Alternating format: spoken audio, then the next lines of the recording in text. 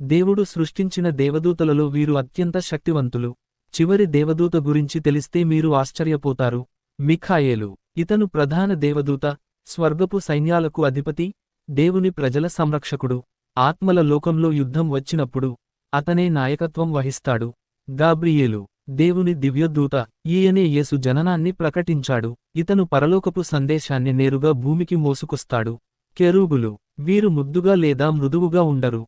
వీరు సింహాసనాన్ని కాపలా కాస్తారు. మండుతున్న కత్తులతో ఏదెను తోట ద్వారం వద్ద కాపలా ఉన్నారు. కాని ఒక దేవదూత తిరుగుబాటును ఎంచుకున్నాడు. యెహెజ్కేలు 28 ప్రకారం అతను సంరక్షకుడైన కెరూబుగా అభిషేకించబడ్డాడు. అందంతో, జ్ఞానంతో నిండి ఉన్నాడు. అయితే అతనిలో అహంకారం కనిపించింది.